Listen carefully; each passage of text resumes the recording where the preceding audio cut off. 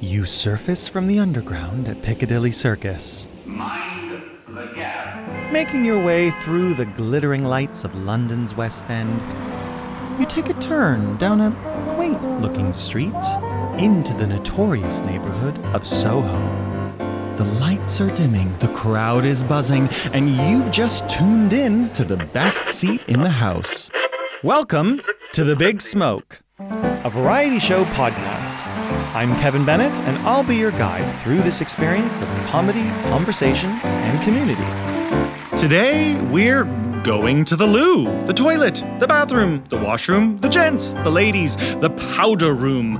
Call it what you will, because it's time to flush our worries away and take a rather illuminating tour of London's most luminous loos. So, mind the step, wash your hands, and prepare yourselves for a cheeky adventure. This could get messy. But once we've washed and dried our hands, don't go anywhere, because when the bells ring out across the Big Smoke, it's time for Parish Notices, where we'll be diving into the wonderful world of the Repair Café, fixing what's broken, bringing things back to life, and building community along the way. So, let's tune in. I'm in the city, out for a long walk, or dashing across town for a meeting, feeling rather pleased with myself. Not only have I polished off my morning coffee, I've even managed a glass or two of water. Hydration goals? Check. But then, I walk past that large fountain. I hear the free-flowing stream of water. I feel a shift, a sudden, unmistakable realization. Where can I go? Who can I turn to? Well, never fear, the Loo Lady is here. Hello, Big Smoke listeners. My name is Rachel Cole-Wilkin, and I am the creator of London Loo Tours, the city's only walking tour of public toilets. For over a decade, I've been looking for the best loos in London and sharing my passion with anyone who will listen. When I first began to explore the city, at the time as a theater student freshly arrived from America, I became obsessed with where to find free toilets. The idea spiraled from a personal desire to save a penny or two into a passion which would shape my career and identity as the Loo Lady. Apart from being incredibly useful, these often underappreciated spaces are historical, political, and endlessly fascinating. Going to the toilet is one of the most basic universal experiences there is, and I am here to lift the lid on some of the best places to go in London. Well, my bladder is full. Where are you going to take us today, Rachel? Today, we're going to the Jubiloo. We'll walk through the Jubilee Gardens, away from the London Eye, and just past the fish and chip stand next to the carousel, where we come to a sleek green building. Many people pass it by without even noticing it is there, so beautifully it blends into the surroundings, almost like a camouflage. But for those on the lookout for relief, a pound will let you through the paddle gates into a sunlit passage lined with doors to unisex cubicles, each with a self-contained toilet, sink, coat hook, and bin.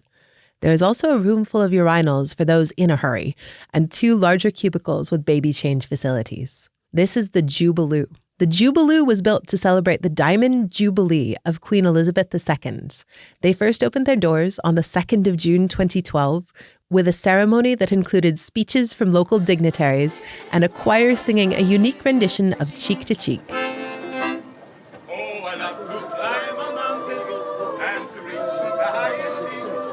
At the time, the thing that made the loo truly glorious was its decor. Pictures of the Queen adorned the main hallway, and each cubicle was festooned with a Union flag coat hook, a Union flag framed mirror, a Union flag bin, and the icing on the cake, a Union flag toilet seat. Over its 14-year lifespan, many of these details have sadly disappeared. And these days, the last remaining flag is the one on the wall advertising Healthmatic, the company who run the facility. In a way, I've been privileged to watch in real time the rise and decline of a public toilet facility. So tell me, we've got the Jubiloo. Why is it that we don't see the Union flag on the toilet seats anymore? So it's largely a cost-saving measure, and the toilet seats were actually the first Union flag feature to go. Do you want to have a guess why? Did they feel like it was insulting or something like that to have that on the You know, toilet you seat? would think that. This, I think, is the only country I know where they put their flag on a Yeah, toilet that's- seat and call it patriotic. But it wasn't that. It was because they were having problems with people stealing them. Oh. And it was getting too expensive to replace the Union flag toilet seats. So as they went, they gradually just put in white ones. Okay. And then I don't think the mirrors and coat hooks ever got stolen, but as they broke, they just stopped putting in the Union decor. What's your favorite part of this loo in the city? Why is this one that you like to talk about? I like this one largely because of the thought that went into it initially. I think there's this idea sometimes that public toilets are kind of grim and dirty and slightly seedy places. And certainly when it first opened, there was so much love and thought put into the design of this building. There's actually, I didn't take you to the outside of the Jubiloo, but if we come back out the gates, on the side, there's actually a quote from Shakespeare's Antony and Cleopatra. It describes Cleopatra sailing down the river and it says, "The barge she sat in like a burnished throne burned on the water. The poop was beaten gold." Oh my And God. so there's the puns in there, obviously. I don't know whether those were intended puns or unintended puns, but that quote was the inspiration for the building. So up on the roof of the Jubiloo, it looks like a ship sailing by. The green's meant to represent the river. And the architect Mark Powers actually described in his design pitch that the toilet users would be like sea creatures swimming peacefully beneath the ship's hull. So it's because I'm a storyteller, I just Yeah. love the idea of this architecture telling that story, even if most people don't necessarily think about it when they just need a wee. I would never have thought of the designer pitching the sort of vision of what the people using the loo were, what story they were in, or what story Yeah. was being told by them using the facilities. So tell me, what makes a good loo to you? I think it is that thing about thinking about not just like the absolute basic necessities, but a space that is kind of pleasant to be in. I'm American, and in America, we use the term restroom quite a lot. It's a very Victorian term in many ways. And I think that's something that I kind of look for in a loo, a space that's not just in and out as quick as possible, but that feels refreshing and restful. And you come out of feeling better about it rather than, oh my God, I'm glad that's over. I love it. And I was going to ask you also, if I'm in that area and I need to use the loo, but I don't feel like paying £1, is there anywhere nearby that, other than the river or somewhere illegal, that you would recommend me using? Absolutely. You've got a couple choices. So the less glamorous choice, we'll get through that one quickly, is if you go into the London Eye Visitors Centre. It's down a fairly grim passageway, but there is a toilet that's free for anybody to access. My choice would be going up the ramp to the Royal Festival Hall, which is a beacon of free toilets. They've got 5 floors to choose from. And I love it there because they haven't upgraded a lot of them since the 1950s when it was built. It was built in 1951 for the Festival of Britain. And so you go into these rooms and, there's wood paneling and black Formica marble on the walls. Some of them have ashtrays in the waiting rooms, which you can't use anymore, but it's this real kind of throwback to when the building was first built. And again, that idea of a restroom, a tranquil place that's kind of, it's pleasant to be in. I also like the Royal Festival Hall because it kind of ties a bit tangentially to a really important bit of public toilet history. So this building was built in 1951 for the Festival of Britain. And the Festival of Britain was partially commemorating this other very important festival in Britain called the Great Exhibition of 1851. And you hear about the Great Exhibition a lot in history for lots of reasons. It was kind of the first World's Fair. So Prince Albert pioneered it. I was just learning about this. Were you? Any listeners who hear our recent episode about the Victorian Albert Museum, we're going to hear about this. So yes, carry on. I love it. They built the Crystal Palace over in Hyde Park. And the most controversial rooms in the Crystal Palace were 3 sets of what they called public waiting rooms, which were installed by a sanitary engineer. His name was George Jennings, and he was manufacturing flush toilets at a time they were becoming popular. So for him, it's kind of a business opportunity to show off his products. But the Great Exhibition is often hailed as Britain's first public toilets. That's not actually true because people had bodily functions before 1951. So they did have places to deal with that. But I think the reason it gets talked about is it was probably one of the first times it was done on this scale, kind of incorporated into an exhibition hall like this. And people were a little bit skeptical because, we think of the Victorians as very prudish and proper. And so the idea they might use these public facilities, people weren't sure if they would, especially because they were charging a penny to use, which is where we get this very English phrase, spending a penny to use the toilets. And again, they weren't, I think, the very first ever to charge a penny, but because it was the first time it was done on this scale, this is often heralded as the beginning of that trend. During the exhibition, they had 827,280 visitors to the Loos, and they came away from that with £2,441. Okay, so not it's bad. not bad for 1851. Yeah. And so that did kind of become the catalyst for this idea of maybe there is a need and maybe even a profit to be made from this idea of public toilets. So that sparked this scaling up of what would become the Victorian public toilet. Now, before we leave the Jubiloo, where does the money go for that nowadays when people pay to go in there? Goes back into running it, really. Okay. So it's interesting because I started Loo Tours because I was obsessed with using toilets for free. But actually, one thing I've come to appreciate is toilets are really quite expensive to keep operating. So in my head, at first, there was some big toilet baron sitting and cackling over our 50 fees, when actually I think they really just scrape by. Yeah. And especially for the Jubiloo, they are mostly privately run in that they don't get government money to keep operating. So they run it as a business. Your pounds, it goes to a worthy cause. Essentially, it goes to try and keep the toilet running. I was wondering, you do these tours in London. Is there a loo somewhere else in the world outside of London that is your favorite, whether that's because of the history or the story behind it or your own personal experience with it? Personal experience. So my go-to line is always that my favorite loo is the one that's there when I need it. Because that is always going to be the best toilet. It doesn't matter what it's like if you've got to go.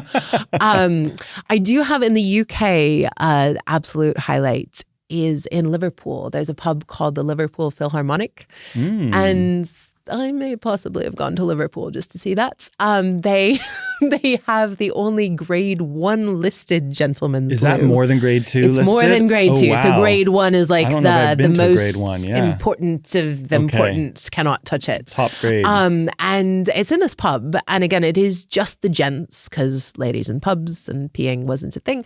But there's a sign outside that says, "Warning, gentlemen, ladies will be found in this loo," because they know it's that good. Yeah. And it is like this sort of orange and white tigery marble. It's beautiful. So that's definitely a highlight. So I've read something called The Great Stink, which I think has to do in London, the history of London with plumbing. And tell us a bit about what that is. Sure. So by the mid-1800s, flush toilets had become pretty common because they'd got cheaper to manufacture. More houses were installing them.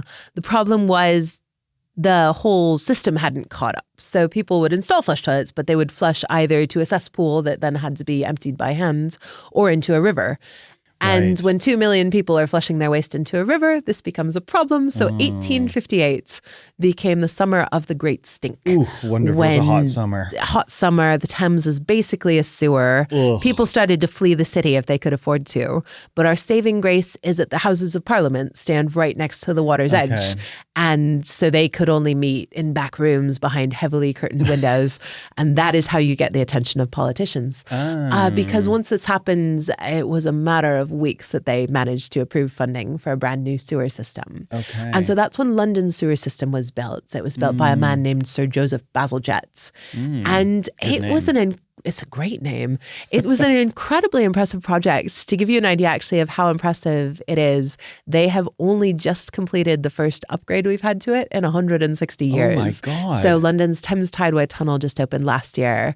And right up till that was built, we were still relying on the Victorian sewers. Was this first system what was built kind of along the river in a way? It was. So because for anyone, people don't know this, but we often record this podcast in Somerset House, which is right by the river. I feel like we're almost in that system because we're in a basement here. We are, yeah. Although we do we're have close. windows out, we're above it. But yes, so there were sewers before, I will say. So we have Roman sewers incorporated, but they were basically just pipes. Sewer, it comes from seaward, so it's sending stuff towards the sea. And so there were sewers, but what Bazalgette did was he basically sent everything through London. There's 2 big interceptors that run along the Thames, and he sent it out east of the city. And then they would release it twice a day as the tide was going out, because Thames is a tidal river. So that way it can be washed out by the tides into the open ocean. And there's a saying you still actually hear sometimes in development, dilution is the solution to pollution. So the idea was once it gets out into the open sea, it's got time for nature to do all its stuff to your waste, and it won't become a health hazard. But I think that nature needing time is one of the reasons why people sometimes get caught out historically with toilets. Like, it's very easy to say, ooh, the Victorians were smelly and gross, and how could they let it get that bad? But what happened was just this population growth. So when you live in a small town or an urban setting, a cesspit is fine. It's fine to go up a tree. But if, what are we now in London, 9 million of us are peeing on the tree, nature doesn't have time to deal with that. So that's why we need sewer systems and ways of containing the waste. And it's this interesting thing. There's not really a one-size-fits-all solution to sanitation, because a sewer is very expensive. So if you live in a rural community, it doesn't make sense to have a sewer. But nobody's invented a better system yet for a big, densely urban populated area. Well, I'm feeling relieved. You can learn about Rachel and her Loo Tours from the link in our show notes. So thank you very much. Thank you so much.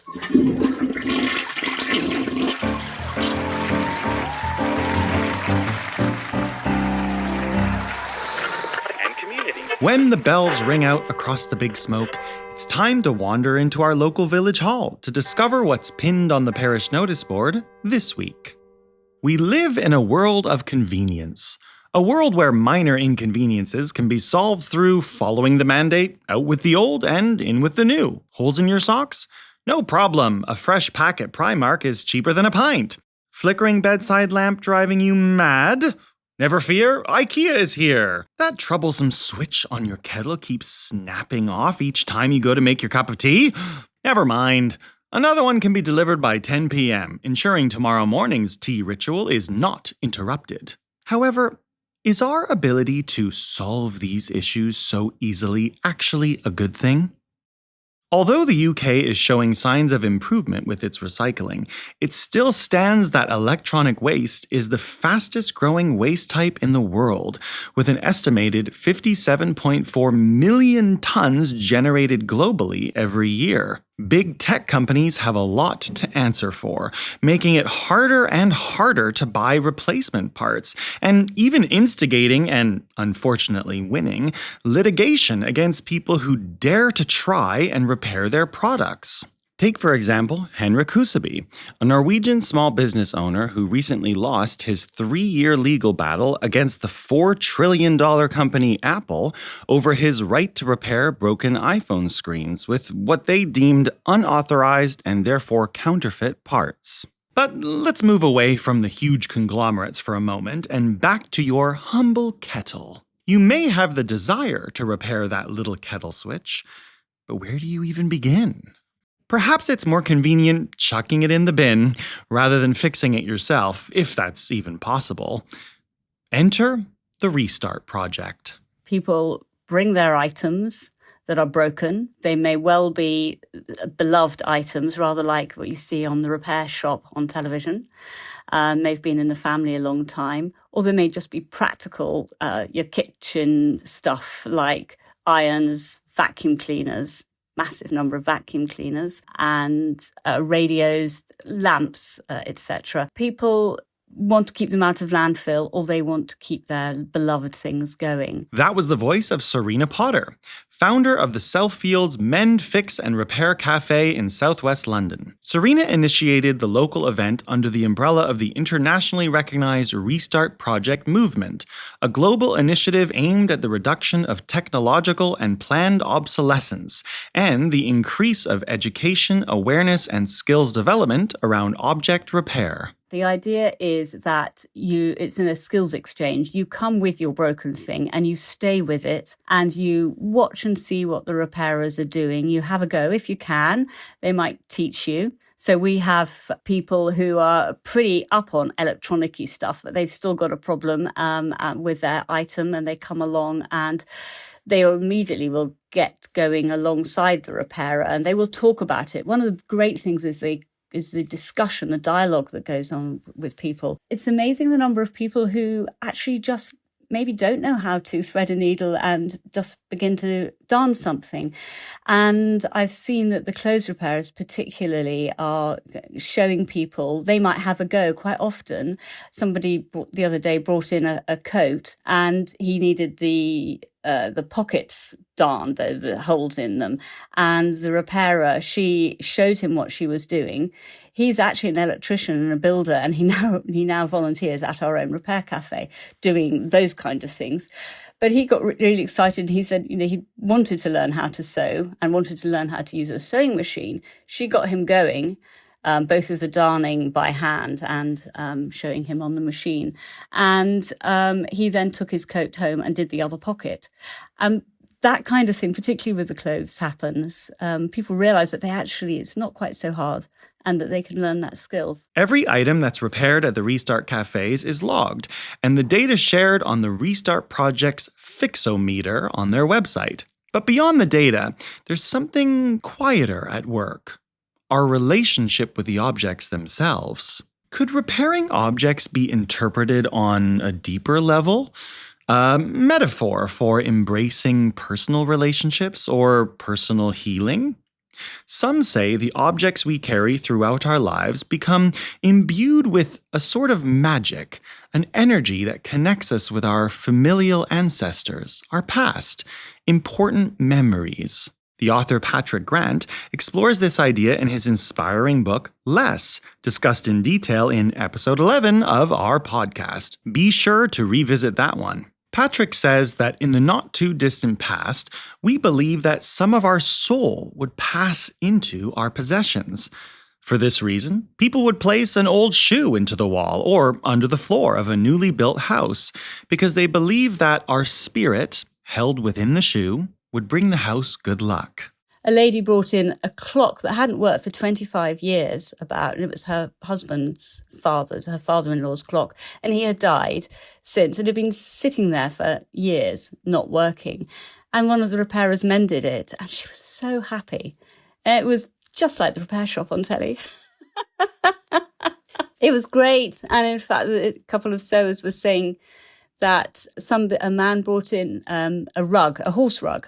We're in the middle of London, we don't have many horses around here, but it had belonged to his wife and the horse had died. And this rug was really precious to his wife and it was very frayed. And the repairer said there was meters of it. So I think 2 or 3 of them got together to do the hemming and to make this rug last a lot longer in memory of his wife's horse. It's lovely. Repairing objects can also uncover some unexpected surprises. And whilst these cause a little initial shock and laughter, they ultimately lead to all-important education. Somebody brought in a cushion from outside garden furniture, and it had lots of holes in. So the repairer got to work, but they discovered that there were stacks of acorns inside, and the squirrels had made the holes, and she had to get rid of all the acorns first out of it before mending it. I'm not sure she added any more stuffing, but there were a lot of acorns. So sometimes we do some amazing repairs, but actually they're not so amazing. They are literally something like knowing how to keep the filter clean, or toasters, which of course are really difficult to clean. But one of the things is that the repairers can give so much advice. I think historically one might have thought the toaster's broken because it's not working. or the suction on the vacuum cleaner is not working. And the throwaway society might just say, we've got to get a new one. And the repairers will just show them what to do. And it's all then very embarrassing because all this fluff comes out and dust everywhere, which you have to clean up. Everyone has a laugh. But, people can really learn about that. And it kind of sounds obvious, but it's not always. And so this idea of just how to maintain your items and things like a lot of kettles, a lot of radios, very often, according to the repairers, and I'm not a repairer, it's quite a simple thing. I think also previous generations like mine, we were taught how to change a fuse, for instance, rewire a plug. And one of the things that Restart is particularly keen on is this getting rid of the planned obsolescence, things that just if they don't work, you get rid of them. And the manufacturers who are not making things terribly easy to repair. So plugs, that they're often sealed now. So there is no way of opening them to change a fuse. And it could just be a simple repair like that. It's these kinds of stories that form the heart of the Restart Café. The cafes themselves operate on multiple levels. First, the macro, a collective response to waste and planned obsolescence, an urgent global challenge we all need to engage with. Second, the micro, the personal and philosophical act of preserving memory and history, and recognizing that broken objects can become more meaningful, even more beautiful through repair. The Japanese have taken this philosophy and made it into the art form of kintsugi, and perhaps we should too. And finally, the intimate level. The everyday human connections, stories, and small acts of care that emerge when people come together to fix what's broken. I love the face-to-face community, getting to know people. Keeping things out of landfill, repairing all your things is really important, but I love the whole community aspect of it. I bump into people that I know now on the street. And people say London isn't very sociable. It really, you get some things like a repair cafe and, you bump into people. So I love that. I make the cakes, as some cakes. I've got an amazing neighbour who makes stacks of them. And it's just becoming, it's the friendship. And I know the repairers say the same thing. Often it's very busy because they're so busy repairing. But they can help each other, and then going to the pub afterwards is always good. Yeah, it's that community neighbourhood aspect that's so good. And WhatsApp groups are tremendous. Street WhatsApp groups, in terms of publicising it, we have social media, but it's really, I put posters in the local coffee shops and the local shops to remind people it's on, and it's a very local thing. It's lovely. I just think, in terms of potentially, improving mental health, combating loneliness, all those kind of, throwaway kind of phrases, it's really true. I don't know all the repairers very well as people, but over time we're getting to know each other, and some just dip in, come, and they live further away, and others, make genuine friendships. And I think that's just great. So there you have it, a social, fun, and environmentally friendly solution to your clapped-out kettles, shredded socks, and flickering lamps that just might not be on their last legs after all. If you'd like to know more about where your nearest Restart Cafe is, check out the links in our show notes. And remember, next time that kettle switch gives up, pause before you hit next day delivery, because fixing what you've got might be cheaper, more fun, and even an opportunity for connection. Well, that's today's episode. We've taken a rather illuminating journey through London's most luminous loos and discovered how just down the road a broken kettle or flickering lamp might be given a second life at a Restart Cafe. And next time something breaks, whether it's a household object or just your day, remember, there's a place to pause, fix, and start again. It's where you are always welcome. Here in the Big Smoke.